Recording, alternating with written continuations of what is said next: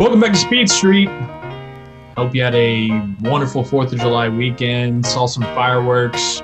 We definitely saw some fireworks, both in the sky and on the racetrack for all sorts of motorsport this weekend. IndyCar, Formula One, NASCAR Xfinity. Some exciting fireworks for Ty Gibbs and the 3-Chief team, RCR racing there for NASCAR and the Cup Series. It was everywhere, man. I mean, I hate to be the local news guy that drops the fireworks on the racetrack and off the racetrack 4th of July weekend, but it definitely lived up to what we were celebrating this weekend, what we see so often on Independence Day weekend. And, man, we're just excited to talk about it. So thanks for being with us, Joey Mulinaro, along with Conor Daly, of course. CD, what's up, my man? How are you? What are you thinking after a crazy weekend? Well, you did happen to nail the name of the Xfinity winner, Ty Gibbs, but it was Tyler Reddick in the 3G car who won the Cup. Oh, damn! But that's all right. We got 2 winners there, so that we're new to this. We're open wheel guys. But yes, That's a lot of stuff going on. No, it's good. And yeah, I mean, motor racing. It was a big weekend, so a lot of great American celebrations. I know I saw you at the track, Joey. Did you have a great time in Mid-Ohio over the weekend? Always have a great time in Mid-Ohio. I think that might be why I said Ty Gibbs instead of Ty Reddick when it comes to the Cup Series, because my brain's still a little scrambled for, a 4-day bender that we had out there at the woods of Mid-Ohio. So I had a great time. I thought the race was entertaining. Obviously, we had a buttload of stuff that went into it that happened over the weekend that we're going to get into. But, yeah, I mean, this isn't just going to be centric on IndyCar this week because so much happened in the world of motorsport. But I had a great time. How was your Mid-Ohio, bro? You finished +9 from where you qualified. You passed a lot of cars. What was your kind of race report for the 20 ride? Well, I mean, honestly, the driver screwed up in qualifying, so that was my fault. But we also got a bit of traffic as well. Everything just has to be perfect, and I'm very happy to admit, whenever I mess something up. So yeah, we were a little bit ambitious on a couple things, I think. But Renus was quite quick, which is good, my teammate. And yeah, I just made a mistake. So, we had a lot of work in front of us in the race, but the car was great. The car was fast. It was a real shame how the strategy played out with the yellows, because two of the guys, several of the guys that we passed right at the beginning, ended up finishing in front of us, through a different strategy. So sometimes, guys at the back, they'll take a gamble on things. At the first yellow, they'll pit early. They went from, it's usually just a 2-stop race at Mid-Ohio, and Will Power and Graham Rahal, Christian Lundgaard, those guys turned it into a 3-stopper and made it work.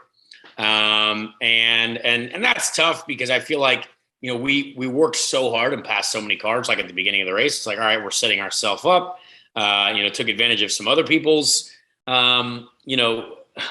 accidents as well. But yeah, it was still a strong climb forward for us and a decent day. Finished ahead of a few of the guys that were around us in points as well.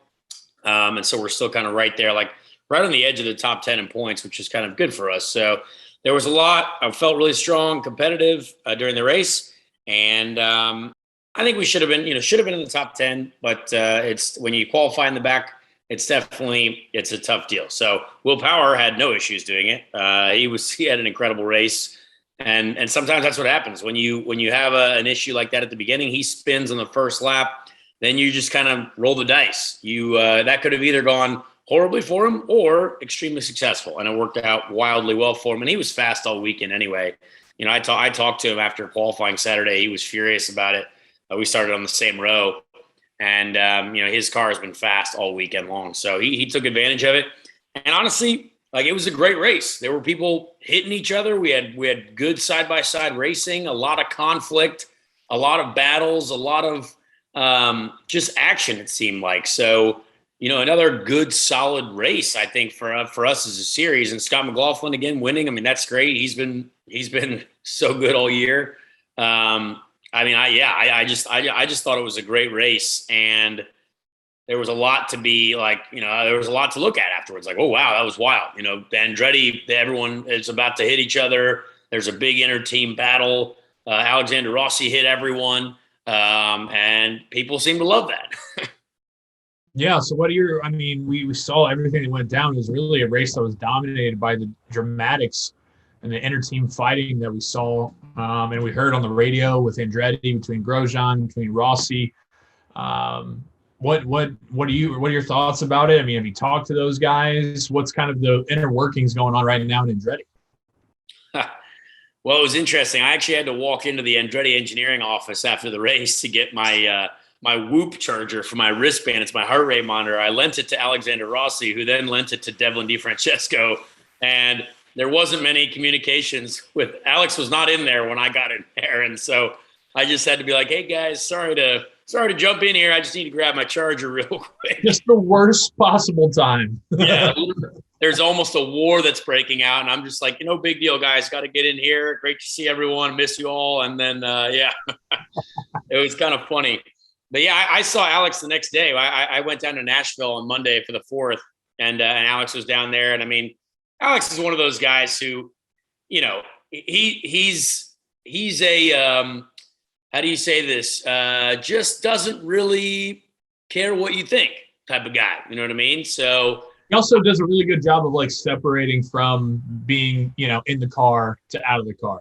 Like he's not going to dwell on something. Exactly. Yeah. And in general, I do think the driving standards for several different people have not been great over the last few races. We've talked about how I feel about Simon and how we feel about Elio and other things.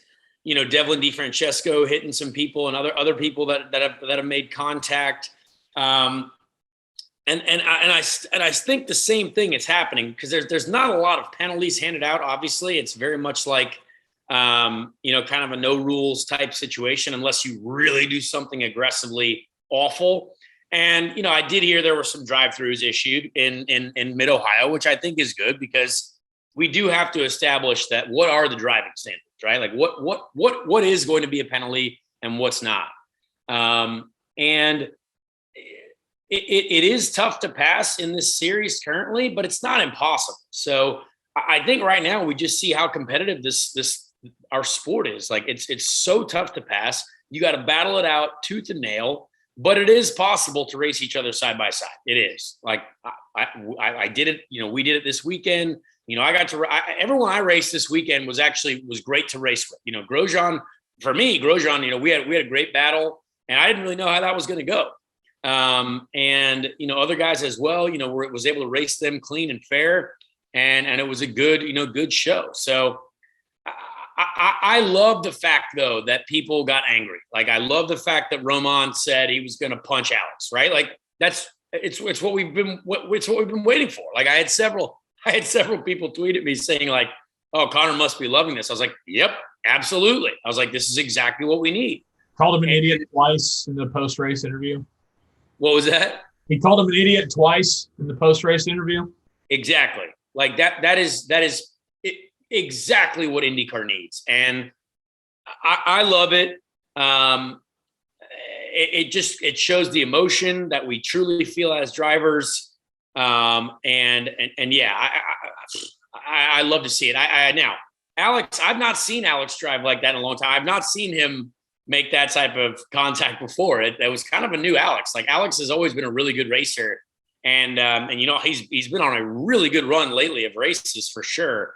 But yeah, that was different. But sometimes these things happen. Sometimes it's close. It's the battles are tight, and that's just what'll happen. So I loved it. I love that there was a lot of heat, a lot of anger. It is wild that it was all within one team though as well, because you saw Grosjean apologize to Colton. Alex with Grosjean, Alex with Devlin. It was really the whole team. So Michael as well. The first text I got from Alex Rossi after the race when I was asking for my charger is, "Hey, in other news, I've never seen Michael this mad in my life."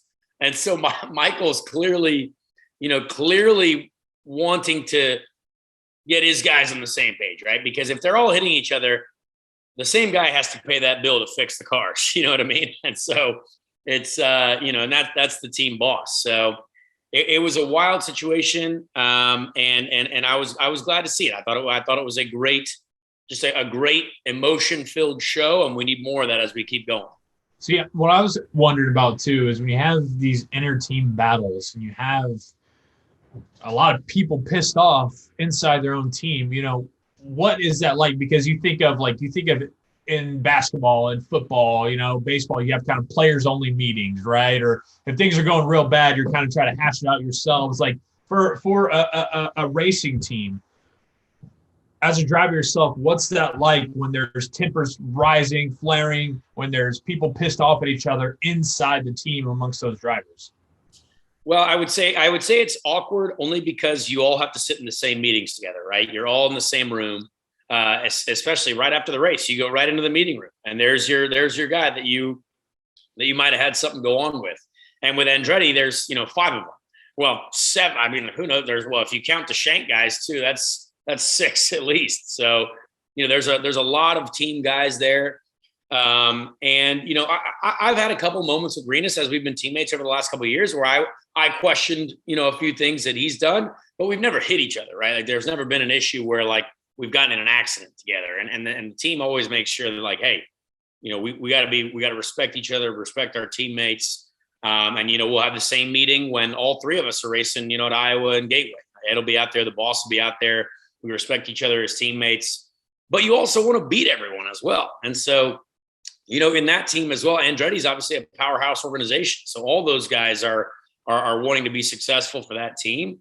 And it can definitely be awkward as you move on, because you got to think, well, those guys next weekend will be right in the same meeting room. Or, maybe some people don't show up to those meetings anymore. Who knows? Like normally those meetings are mandatory, but maybe there's a protest going on. Maybe one of the drivers is like, nope, I'm not going to go to that meeting because I'm upset with so-and-so. You know what I mean? And that could be a penalty for the whole team. It could be a penalty just for that driver, not like an actual penalty, but like, one of like just a shame for them or a missing out on opportunity or information for those guys. But yeah, it'll be curious to see how that continues. I like it. But inter-team drama is tough. I can't really remember anything in specific when I've been involved with a team where we've hit each other. I don't know if I've ever hit a teammate. I don't think I have, but yeah, hopefully I won't ever. Earlier this year, we saw Romain, getting into it with Graham Rahal, and there was a lot of sparks flying there. Now, obviously not on the same team, but this isn't the first time this year that we've seen Romain Grosjean involved in some incidents. Now you come back on Sunday at Mid-Ohio. Yes, it is his teammate, and he's wondering what the hell is going on. But I as a fan, was kind of looking at it like, man, you're talking a lot of big game for somebody who this isn't the first time you've been in some incidents, my man. Yeah, I mean, it's interesting for sure. I think Romain has definitely been guilty of some things for sure over the last season and a half, right? Portland, Laguna Seca, jumping into Jimmy Johnson and stuff like that. But, at Mid-Ohio, from what I saw, like he raced me super clean. And then Alex, to be fair, Alex drove him off the track. Like Alex is my friend and I was just with him in Nashville, but like he did drive him off the track. So I understand why he would be upset. And there's no way around it. So it's going to be interesting to see how that continues. Do they make up? Is everyone okay? Is there a mandatory barbecue for the team? I don't know. Is there a team dinner at Applebee's? I don't know. Like what's happening? How are we going to fix it? I'm just curious to see. Yeah, I guess it's probably for them a good thing that you guys have this weekend off. Maybe for them, they can kind of let things cool down a little bit, get away from the racetrack and not have to be jumping right back in there with Grosjean having revenge on his mind and Rossi being Rossi. I don't know. We'll see. It's if they go to Applebee's, maybe that's Michael's punishment. He can afford something really, really super nice, but he's like, you know what, you sons of bitches, you're going to Applebee's. You're getting the 2 for $20 appetizer deal or whatever, and we're going to sit down as a family and we're going to hash this out. All 4 drivers and the owners are going to share a sampler platter and see who's victorious at the end. That's about it. If you don't get to the wings first, you don't get it. What do you think's going through Michael's head, though? I mean, he's got this whole season for the last year or so, you've had the Andretti F1 talk and rumors and how F1's like, we don't really want you over here kind of deal. And then now, is this a double effect for him where he's like, man, we're screwing up in IndyCar to where we're not producing the results and we got inner fighting. And then also this looks like shit to the F1 people. You know what's actually really interesting is Michael's a competitor, right? So he was a racer, very successful. And so in the end, he wants his team to be most successful. And I think, he understands the fire underneath his drivers, but it's also a personal thing for him because that's his name on the side of their cars, right? It's Andretti Autosport. So if he has a bunch of guys hitting each other and they're all under the, Andretti Autosport banner, that's tough.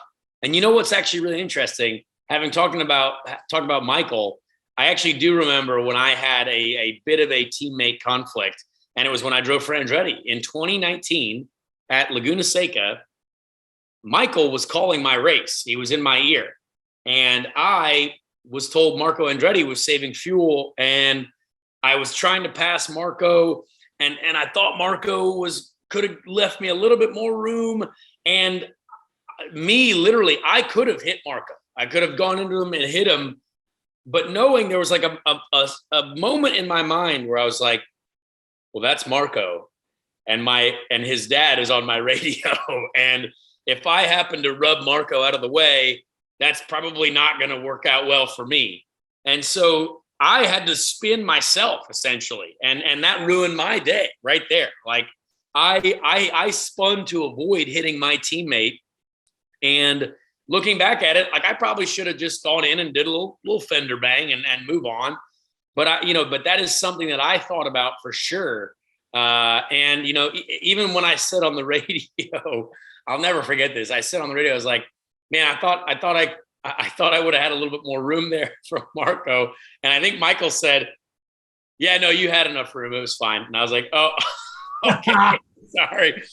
But so it's it's hey, father son talk. I get it. And that's his that's his team. So I knew that racing a teammate and hitting a teammate probably would not have been successful. So I essentially sacrificed myself for that opportunity. But it's Michael's name on the door.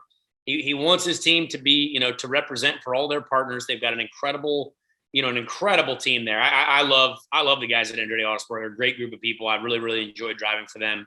And they've got a ton of people to represent for. So if they're throwing wheels at people and banging doors and fenders and not fenders that Indy cars have, then then he's going to be upset about it. Yeah, a lot to be upset about on Sunday, that's for sure. It was not the greatest day for Andretti Autosport at Mid-Ohio, but it was a great day for our pal Scotty McLaughlin. A lot of Kiwi handshakes going on Sunday night, I'm sure, as he was celebrating. I did enjoy his somersault that he did. He redeemed himself from the St. Pete victory where he fell off the ride because of excitement or exhaustion or whatever it was. But he did a nice little hop and then did the somersault in, and he nailed it. It was good. So Scotty McLaughlin gets the win there. Another podium for Pelot. Will Power just driving like a madman, like you said. I mean, if he's starting in the back, you better just watch. You better be watching your rears, man, because Will Power is coming. Yeah, and look at Marcus Ericsson still leading the championship. I mean, it's something that the Indy 500 is such an anchor to your year, right? Like when you win that race, and that's double points, it's such a massive anchor. And Marcus, Marcus has been competitive at every race, right? And he's been on the podium. He's been doing a great job, but he's hasn't really had that hangover from the 500.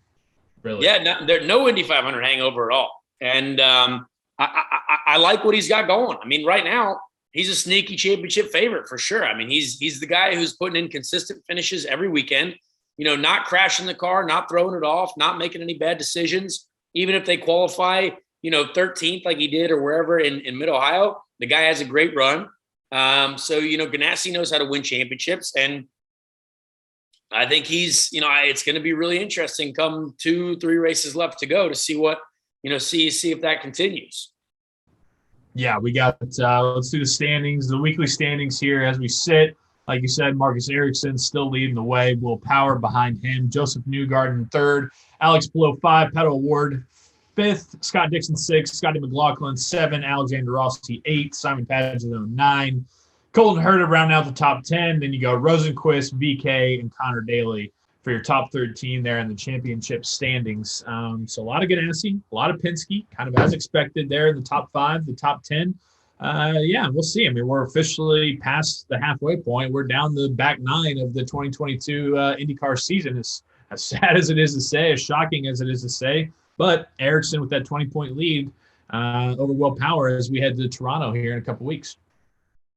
Yeah, and it's, you know, the one thing that as well I have to get into after seeing it today is, like, you know, we talked about how great of a race it was. We talked about how you know, how there was a lot of emotion, how there was you know, team to team contact, great racing, you know, banging wheels, all kinds of stuff, and no one watched the race.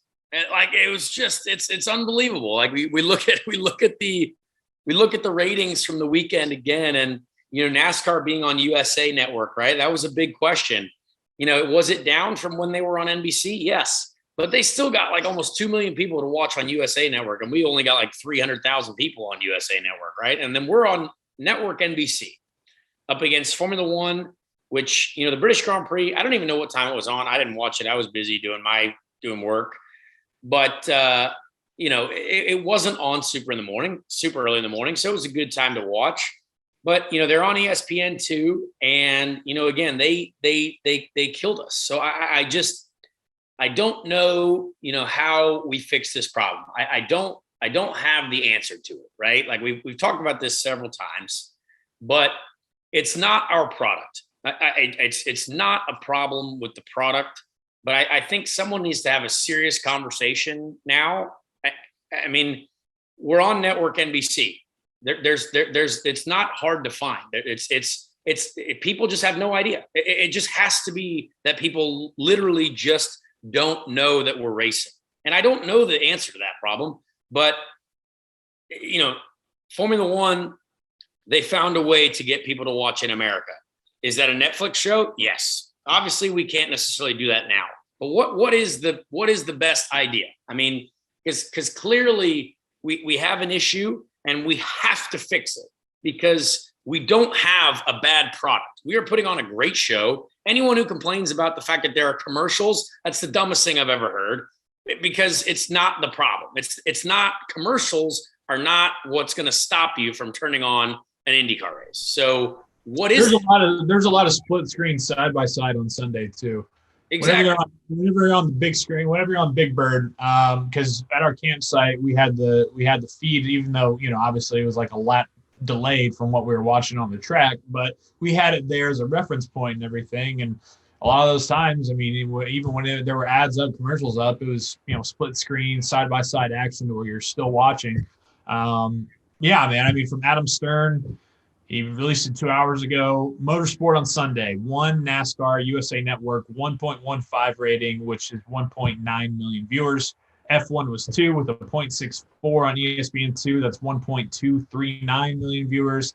And then third, IndyCar on NBC, 0.57, 877,000 viewers. F1 had the most viewers in the 18 to 49 category with 643,000.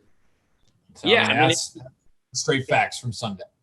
Yeah, and I mean, obviously, I wish I had an answer, but it just makes me angry almost, because, like, we go out there and, like, we put on a great show. I think we have like our NBC team, I think, is great as well. Like, I love the guys that are up there doing the work and broadcasting the race. We don't have an issue with people. So it's just mind blowing to me that people don't watch. Like, it's got to be a question of just awareness. Like, I still think it's just an awareness issue. And I really hope that, you know, at some point somewhere there's a conversation that's had, because look, there's been so much positive stuff happen this year. And we love that. And I think all the drivers in IndyCar bust their butts, putting it out there on the internet that we're going racing, we're on television, we're on a channel that you're definitely going to be able to find. And we can't we can't lose on weekends that were, on network NBC. Like, obviously it's great to have that extra viewership because we're on network NBC, but what happens when we're only on Peacock, in Toronto, right? Like, that's obviously going to be tough. But what happens when we go back to USA, or like what happened? Like, we just have to have people that know, because the people that support NASCAR, obviously NASCAR has a larger fan base than us. We know that. And Formula One is a world championship. We know that, but it's still motorsport. You know what I mean? And I'm like, I would love for there to be some more research done, or some sort of, forensics team to come in and be like, all right, what's going on here? Why is it pure advertising? Is it, I don't know. Is it a network thing? Is it like, hey, because I see NBC commercials all the time, which is great. Like, I watch the NASCAR stuff. They help push IndyCar. Like, it was great to see that. So what is it? Is it targeted social media ads? Is it something? I don't know. Is it just content in general? Like, I don't have the answer, but I want to talk about it, and I want to put it out there, because we want this series to continue to be successful, and we don't want to fall to number 3 now in America to Formula One and NASCAR. It's tough, because we've never really had to worry about Formula One in America, but we do now. And it's there. They're outscoring us when they don't even race on the same side of the planet as we are. And I don't know. It's just something that I truly believe is tough to read that type of news, because I love IndyCar. And, we had a ton of, I thought the crowd was awesome at Mid-Ohio, right? Joe, you were there. I had Boston Scott, the running back for the Philadelphia Eagles, out there. That was his first race ever. He had an incredible time. People love being there for the race. Like, there's we have incredible fans. It's awesome. Like, we have great attendance. But why are we not watching it? You know what I mean? Like, what's going on? So I don't know. I see so many people have great experiences at IndyCar races, and I love it. And I just wonder what it takes to get it to that next level. This question probably will very likely sound pretty dumb, but do you think that just the straight up name of the series itself is too niche? Do you think that people just see that, hear that, and it automatically just kind of turns them off, or doesn't engage their interest because it just seems so in its own little niche corner category? I don't think so. No, I don't think so. It's always been that way, really. And even if it was kart back in the day or whatever it was, that would have been harder to understand, I think, than what it is now. The championship auto racing teams or whatever it was, kart and all that stuff. So it's not a name thing, but yeah, it's just something that, we're obviously very passionate about, because, you're an IndyCar sport. We're all IndyCar supporters here. We like it. I like all motor racing. I watch all motor racing, but I just wish there was more of a mesh between all those folks that are, like, what were the extra, Formula One got 1.2 million viewers or whatever it was. So where are those extra, it's a smaller number. Where's that extra 400,000, right? Like, why are we not going to be like, hey, that Formula One, like, honestly, Formula One race was great. Like, usually they're very boring, but it was a great race. But like, where are those people? Like, why are those people then not like, all right, yeah, IndyCar is up next. Boom. Can't wait to watch it. You know what I mean? I wish people were more open-minded. That's for sure. Yeah. I mean, when I did an interview with Pato O'Ward in the month of May for Drivers Eating Donuts season 2, he was very dead set and passionate about IndyCar needing to get to Mexico, needing to cross the border, put on an event, like you said, that they do so well. They do so well. You're going to have great attendance. You had great attendance at Mid-Ohio, great attendance at Indy. You're going to have great attendance in Iowa. Maybe that's where it is. You have a race in Mexico and you get your extra 300,000, 400,000 new fans, that then spread the word. I mean, I feel like it makes sense. I just don't know what it takes to get to there. No, I agree. I mean, I still think that we need more races, right? And like, absolutely, we should be going to anyone who pays us to be there, right? Like if there was a race in Abu Dhabi and they wanted to pay us a ton of money to go race out there, yep, we got to say yes. You know what I mean? If Argentina, people have talked about there being a race in Argentina. If they can make that happen to where it's a solid event, where it's safe, it's good, it's part of the championship, even if it's not part of the championship, like if it's an exhibition race, whatever it is, Mexico, I think would be huge. Absolutely. Because Pato is such a great representative for them, and people love racing all over the world. So I don't necessarily know if that fixes our TV ratings problem, but I do agree. The more people that know, the better. And it's one of those questions that we're going to be looking at all the time, but it's something that I'm very passionate about. And I don't know if talking about it, helps or I hope that it, maybe at some point there is a massive effort to be like, all right, we're going to fix this. What is, I don't know what that step is. It's going to be very hard, but I'm willing to help. So if we can fix it, I'm willing to help. So right. Who knows what and I mean, we got guys like you that are posting about it. We got guys that have big followings. People that have a ton of followers on the internet are out there and posting and enjoying it. Everyone that's been to the Indy 500 enjoys it. So there's still something that just has to move the needle. And I don't know what that's going to be. Well, yeah, I mean, definitely. I echo what you said. I mean, we both obviously very passionate about it. That much is clear. We love it. It's got to be that grassroots type of approach, I think, where, I mean, take the Joseph Newgarden model, right? Joseph Newgarden, Nashville kid, Tennessee kid, pushes for a race.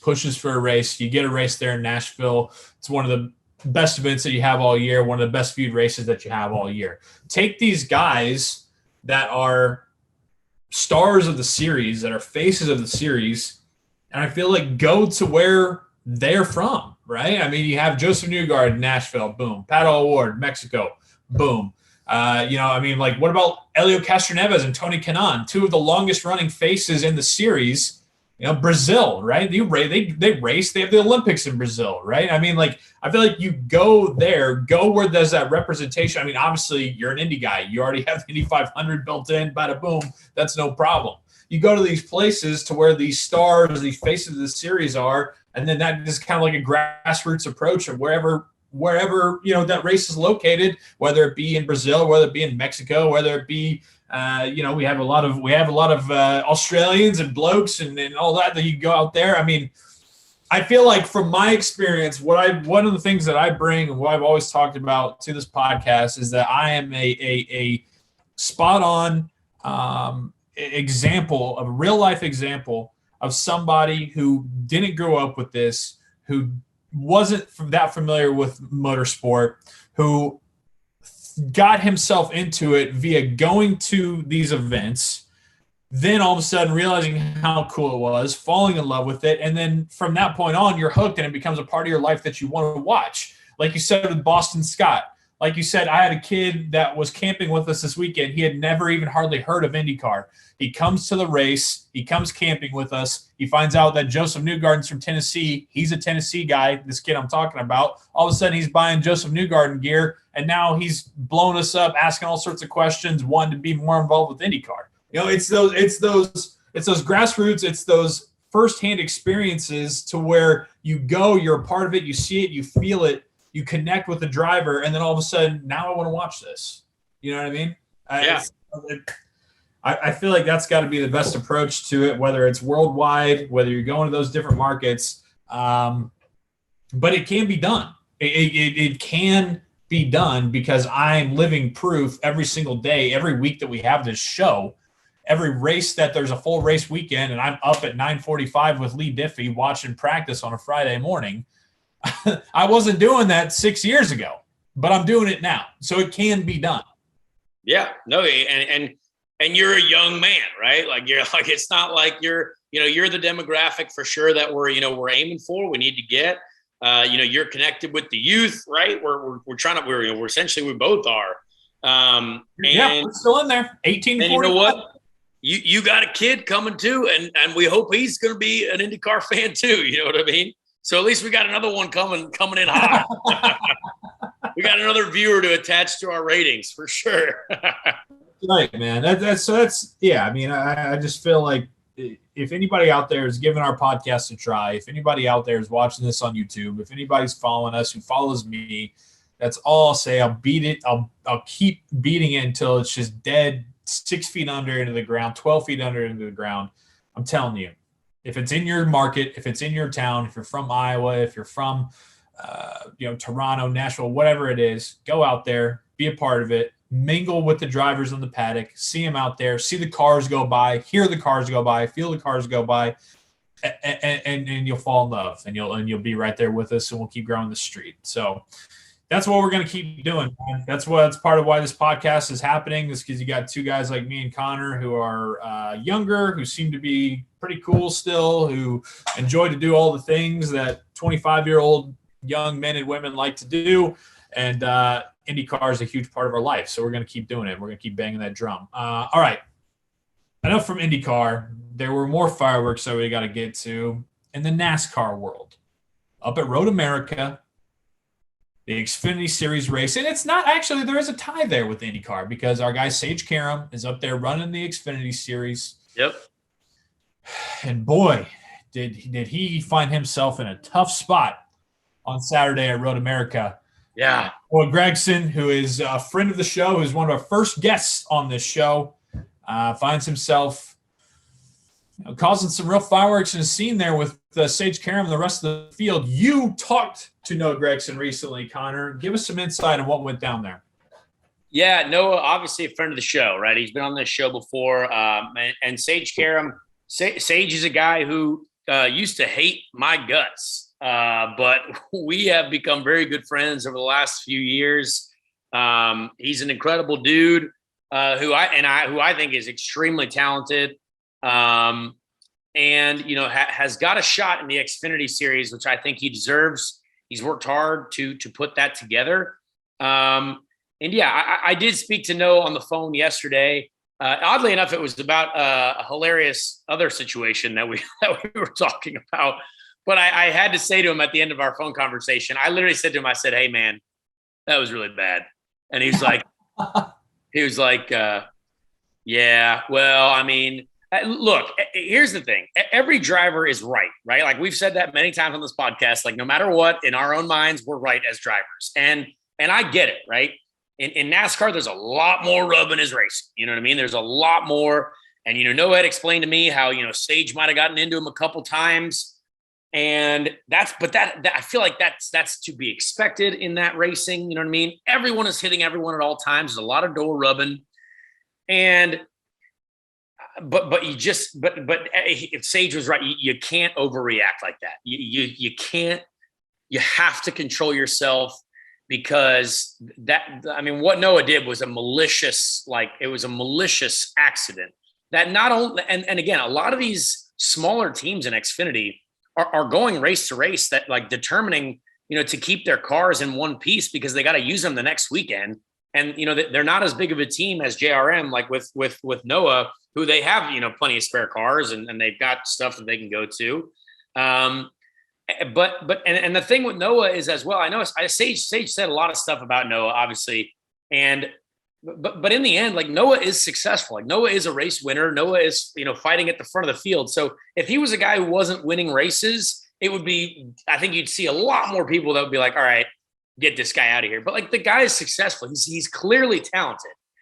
But that was definitely like, in my opinion, for sure, that's too much. That has to be. And I saw today that there's probably going to be a penalty from NASCAR, which I do think is necessary. And like Noah's a friend and Sage is a friend. So, I talked to both of those guys, right? Which is kind of weird, to have this show, having to talk to both of them. I still like both of the guys, but I hate to see that for Sage because I know that, again, he's not a full-time guy. He's trying to have that the success in one or two races in a row or however many races he's got in the season. And I hated to see that. And I hated to see it for all the other people that got their races ruined too. I had a lot of other people that I knew in that wreck also. So I mean, it was essentially the whole field. And it's just, and again, maybe that's what everyone likes to see, but like that was too much. That was just like, all right, that's, you see that, and that's just essentially like road rage. Yeah. Our boss here at 31 Media, Dale Jr., he said this morning on NASCAR radio on Sirius XM, quote, he needs to take that out of his toolbox. We can't be intentionally turning into guys on the straightaway. So that's from Dale Jesus right there. Ben, did you have the quotes from those guys? I do. So I'll start with the Noah one. Drivers. Yeah. So Noah basically said in his interview on NBC that he eventually got sick and tired of it, hate that stuff got torn up, but 3 times is ridiculous. And then Sage said he walks around like he's the big man on campus and he does stuff like that. And it's totally dangerous and unnecessary. Conor, my question for you, I guess, is maybe from Noah's perspective, do you feel like it's this part-time guy coming into the series, coming over from IndyCar, completely foreign, coming in, like racing people how everybody else races them? And do you think he maybe kind of felt like, who's this guy? Who do you think he is? Maybe that's why he had that big retaliation, or do you think that was just him having road rage? I don't know, man, because I actually compare it to a Santino Ferrucci type situation, right? Santino Ferrucci comes into the Indy 500. The guy's quick, right? But if he's hitting people and like he hit me and, doing stuff like that, it does make you more frustrated because it's someone that's outside of your environment. It's outside of your your normal group, and they're doing stuff that I feel like it's not respecting the field, right? Or respecting the series. And, Noah's obviously at the front probably almost every weekend. And if there's a new guy there, and I assume there's an attitude of like, yeah, let's put him in his place. But like, you can't do that. There's always going to be those guys that are going to come into that series. There's talented drivers all over the world, and that, a lot of guys looking for that shot that, that Sage has with a smaller team. And Tommy Joe Martin's a great guy. I like Tommy Joe as well. Like, that team is obviously small and new, and they're looking for, they had one of their most successful qualifyings ever. And they're trying to get results that get them onto, a bigger stage as well. And so, yeah, it's something that like, it just makes you feel like, it's just not good. It doesn't make me feel good. You know what I mean? It's not the type of racing that makes me like, I'm excited about that. I'm just like, oh, I hate it for everyone. Yeah. And then Jeff, Ben, I don't know if you have this, but Jeff Gluck, an hour ago, right when we started recording, from Sirius XM NASCAR again, Noah Gragson says, quote, he made a mistake at wrecking Sage Karam because there's a bigger picture to focus on, and he's going to do everything he can to not repeat that mistake. Gragson says, quote, there's most definitely going to be a penalty, obviously, and says the news will be released in the next couple of hours. Gragson hints at a points penalty because he says he needs to go do well at Atlanta and, quote, get some of the points back. So I haven't seen anything updated there exactly on that penalty. I haven't seen anything yet, but probably by the time that we're done recording here on Wednesday afternoon, it'll probably be out there. Yeah, and I mean, I think the big thing for Noah here for sure is how do you come back from this, right? Like, how do you rebound if you're in a situation like that again? Are you in control? I think people will really respect Noah if he's like, hey, you know what? I am going to fix this. I am going to still race people hard, still maybe move some people out of the way because that is NASCAR, but, be less malicious with it. Then I think people will respect that because Noah for sure has a future at the Cup level, without a doubt. I mean, the guy is talented. He's won, he's won in everything almost. He's done such a good job. So, but yeah, I'm just curious to see how he keeps going from this, and yeah, I mean, we'll see, soon enough, obviously. Obviously, this isn't the first time for them with Noah being overly aggressive, and Dale talked about it maybe probably 3 or 4 months ago, maybe a little more than that, about him needing to tone it down. So, I mean, you have another incident like this. I don't know if he's gonna stick to it this time, but he kind of feels like it's kind of like this is how he needs to run to go and win. He's got to be this aggressive. So I don't know if he'll be changing up. I'm interested to see. I kind of feel like he feels like it's like part of his brand, Like I feel like it's almost like it's almost like try hard in a way a little bit, it's like, okay, I got to be this like NASCAR driver and I got to be bumping and running and getting aggressive. And it's just like, all right, man, that's just kind of as an outsider how it comes off to me. But yeah, I mean, there's a lot to it, and you definitely know there's been meetings about it, right? It's not going to be ignored. But yeah, he's with a very, powerful organization, a big team, with big sponsors. And so, we'll have to see what happens. But I mean, I'm very curious. Like for me, I'm very curious to see the next race, right? Like I'm like, all right, now I'm invested. It's kind of like if I wasn't participating in the IndyCar races and I was watching, I'd be like, wow, I can't wait to see what happens next weekend with Andretti Autosport. You know what I mean? So it's that type of emotion that gets people talking. We're talking about it. We didn't even get to the race. The race win was awesome by Ty Gibbs. Anyway, he fought off Kyle Larson. Like it was a great race in general.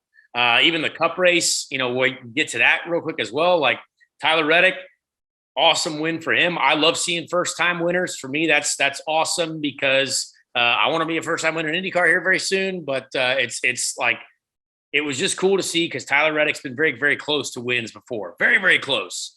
And he put on a show. I mean, he absolutely drove the wheels off that sucker and, fought off Chase Elliott at the end. And Chase wasn't even close to him at the end. So pretty cool. I've definitely, I thought Tyler was going to win several races this year, and he's been very close. But it's definitely great to get that first one under his belt. And, I'm happy for him. I don't know Tyler, but like I'm definitely very happy for him.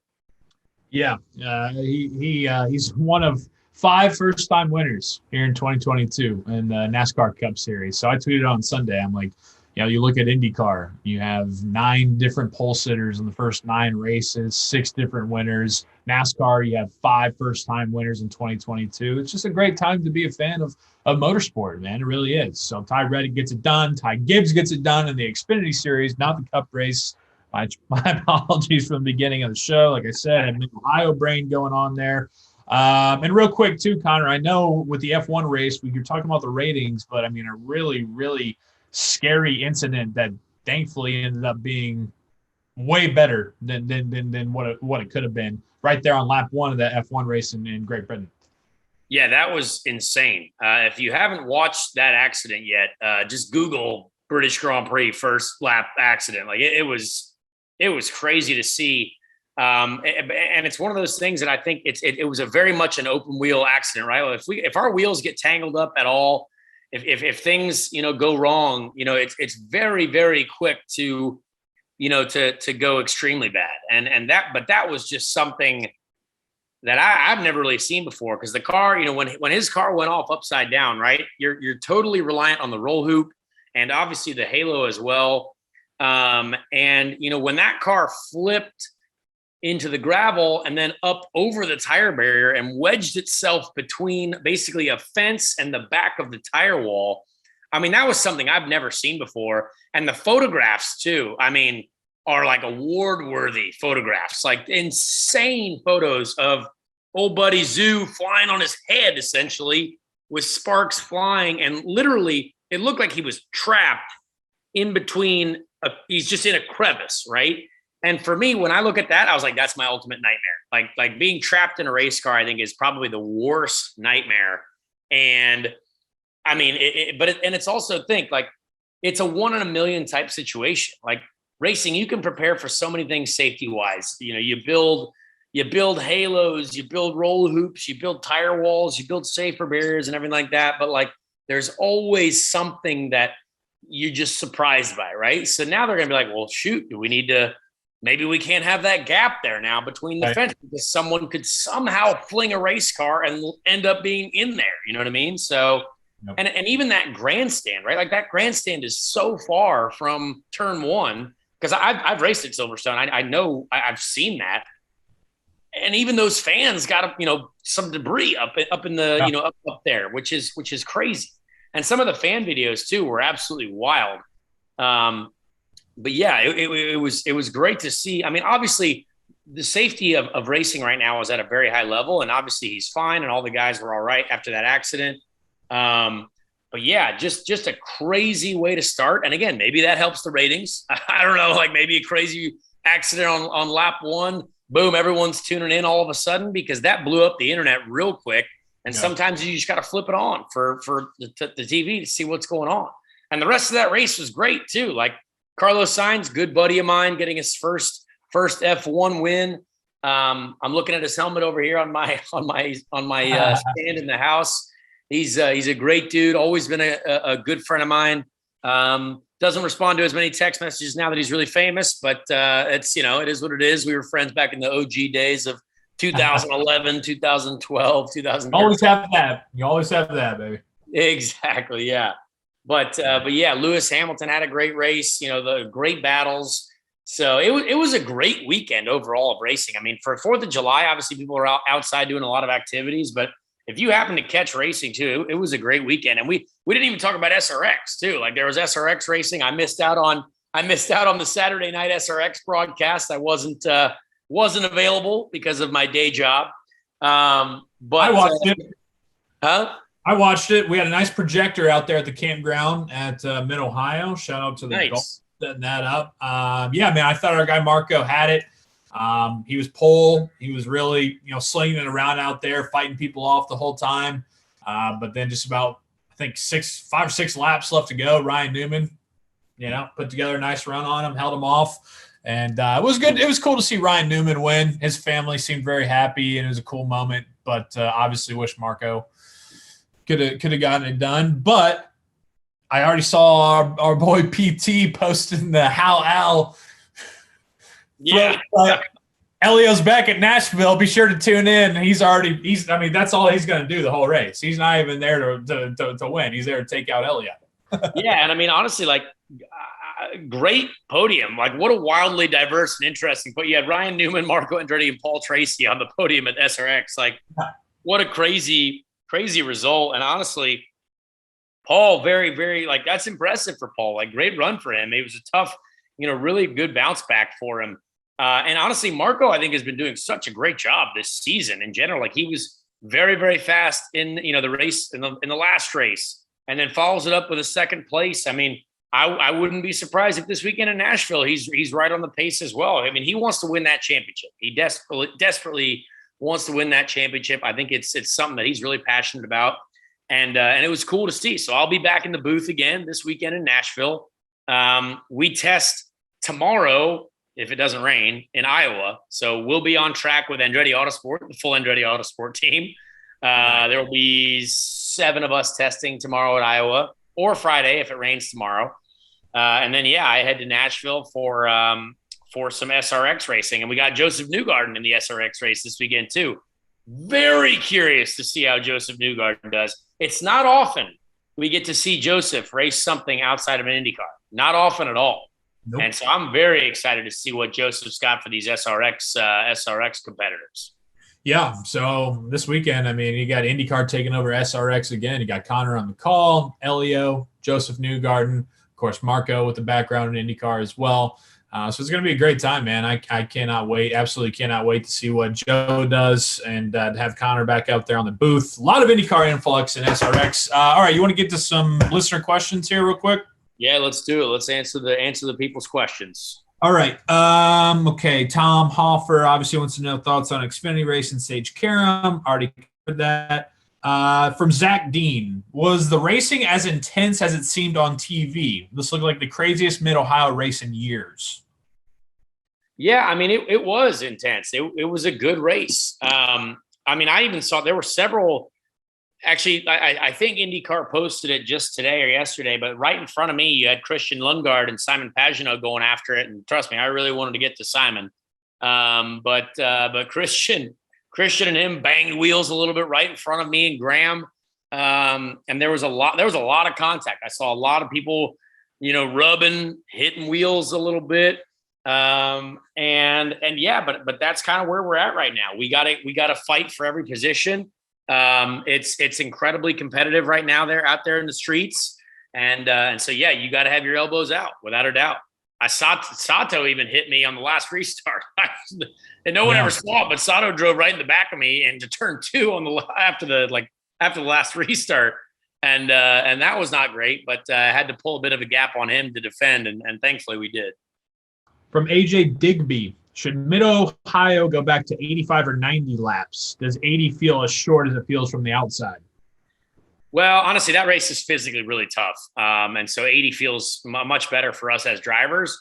But the strategy side certainly changes when you go to 80 laps. It becomes an easy 2-stop race, and 3 stops becomes well, obviously 3 stops was a successful strategy for the weekend. Obviously, you saw Graham, Lundgaard, and Will Power take advantage of that. But no, if you were to have a full green race, 3 stops just is not successful. So if you move it to 90, 3 stops becomes an option, and 2 stops becomes quite an aggressive fuel save. But you never know; you can make it work with yellows. So very curious to see. My preference is 80 still, because obviously with the way the yellows fell, there was still a strategic difference. Sadly, the strategic difference didn't work out for us, but it still can be interesting. From Andrew Mandel, does Rossi end the season with Andretti, or do they move him and drop Kirkwood in? Seems like he's done playing nice. Great for TV, bad for the poor PR reps. Keep up the great work, gents. Great pod. Appreciate that, Andrew. Yeah, I mean, he's staying, right? I mean, he's not going anywhere. His contract's got to play out. Yeah. No, that stuff doesn't happen in IndyCar. He'll be there, and if they try to do something like that, it would be very not good for everyone. So. This is part of racing. Sometimes that happens. You talk about poor PR reps. They'd be real poor if they did a move like that. And they really and someone would get sued, I'm sure. So that's no one wants that. From Ryan Reynolds, checking his profile picture, not the actor. He's wearing an Alexander Rossi shirt. Still spelled the same way though. How different does the sim rig feel from the actual car? What kind of adjustment period is there when you get to the track and do it for real after practicing on the sim? Well, the sim is important, and there are definitely a few things that we did find from our sim work that worked for us this weekend or over the last weekend. So it is different. Real life is always different. You're never going to be able to simulate, at least probably in the next 20, 30 years, what we feel in the real car. But we are able to get accurate reads on some changes for the car. So we're going to continue to, be in the sim as much as possible. We got a lot of days coming up over the next few weeks, even though we're racing pretty much every weekend once we have this weekend off, and it'll be busy for sure.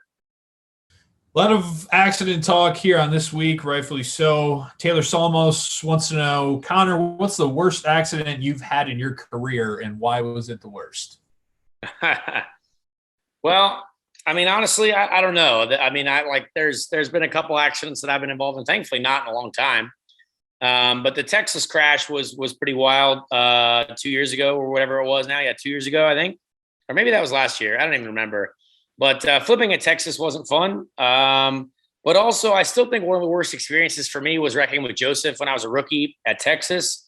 And that, when Joseph broke his collarbone and his hand, only because I was in the med center, getting evaluated, I was in a lot of pain too. But the guy, poor guy, one of my best friends, had a bunch broken bones right in front of me. And I was like, oh man, that's that was horrible just to see because he's a friend. So yeah, that was probably the worst one, Texas 2016. And that was also painful. But Joseph really, the odd part about that crash is if Joseph wasn't there, I probably would have broken my legs because I was going to hit the wall super hard. And Joseph kind of was there for me to hit instead. So I guess I traded the broken bones with him. I don't know. But either way, it just wasn't good. Yeah, people don't think about that. You talk about worst crashes, everybody just thinks of themselves, but that's a great point. A lot of these times when you're crashing, unfortunately, there's other dudes around you that can sometimes reap the worst of what you sow there. Last one here from Dave Love 50. We talked about this a little bit, but in your career, have you ever been involved in a team fight as nasty as Andretti's? If yes, without naming names, or hell, name them, can you tell a story? Yeah, I mean, honestly, not too many stories. I mean, obviously the deal with Marco and I in Laguna Seca in 2019, but that wasn't a big drama. That really just didn't work out for me. But yeah, when I was a rookie, with Dale Coyne, I had like a bunch of different teammates, Luca Filippi, RC Enerson, Gabby Chavez, and, all of us are pretty much on the same page. You just always want to beat your teammate. And then, with Foyt in 2017, Carlos Munoz and I, we got along pretty well. We never really had any issues with each other. And yeah, I mean, since then, I don't know. I'm pretty easy to work with, I think. So I always definitely respect my teammate and or teammates if there are more, because I think it's just part of the game. Yeah, definitely.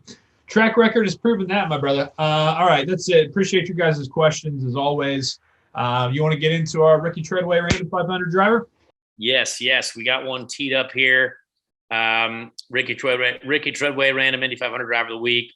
We went real old once again. We went to the 1949 International 500, the Indy 500. 1949 Indy 500, which is won by someone who I've actually never, I guess the winner could have been a random Indy 500 driver of the week, because I did not know. I didn't know Bill Holland. I don't know much about Bill Holland. He won the race, but now we know him. But the random Indy 500 driver of the week is a man who looks like he paved the way, a pioneer for the number 69 machine. Drove the number 69, Bayless Leverett. Bayless Leverett was a pioneer for the number 69 machine. I don't know if it was thought of in the same fashion as we think of it now as youths, but Bayless Leverett finished, where did he finish? He didn't finish very well. But Bayless Leverett had two Indy 500 starts, finished, he had a drain plug issue, it looks like. Finished 24th after starting 29th. Yes, he was an American racing driver from Jacksonville, Florida, died in Reno, Nevada at the age of 88 after a long battle with Alzheimer's. But yeah, Bayless Leverett, he was 2 Indy 500s. That's about it. Drain and retired plug. from both of them. You know what helps with the drain plug issue? A plug? His number. There you go. A drain plug issue. Just slap that number on there, brother. Bayless, yeah, he's a Valentine's baby. February 14th, 1914. So 2/14/14 there for our guy. In 2007, he was inducted into the National Sprint Car Hall of Fame. There you go. Not the best run for him in the Indy 500 with the 2 starts, but he's a Hall of Famer at the end of the day. So there it is, Bayless Leverett. Number 69. 69, drain plug issue. All right. That's Speed Street this week. IndyCar off this weekend, but remember, a lot of IndyCar influx in SRX. That's in Nashville, Saturday night primetime. Conor Daly on the call again. Although Willie T was funny on Saturday. I got a few kicks out of him. Enjoyed him on the call there with Alan, but excited for our guy to be back on there. Joseph Newgarden, Elio Castroneves, Paul Tracy, Marco Andretti. Going to be a lot of drama, a lot of fun down there. Be sure to follow us wherever you get your platforms. Give us a follow, a rating, a review. Let's keep growing this show like we talk about, make it into a neighborhood. We're on YouTube as well, now on the Dirty Mo Media channel. So you can watch us, listen to us as well on the Dirty Mo Media channel, Speed Street Pod there. And follow us on socials, at Twitter, on Instagram, at Speed Street Pod. Love interacting with you guys. Usually do listener questions for those of you who are new. So it's a great way to interact with Conor, with me, with Ben, with us. And so we just really appreciate it. So do all those things. Let's keep growing the show. IndyCar's off this weekend, and we'll be back next week to preview going to Toronto for the first time in a couple of years, crossing the border there. We'll talk to you next time on Speed Street.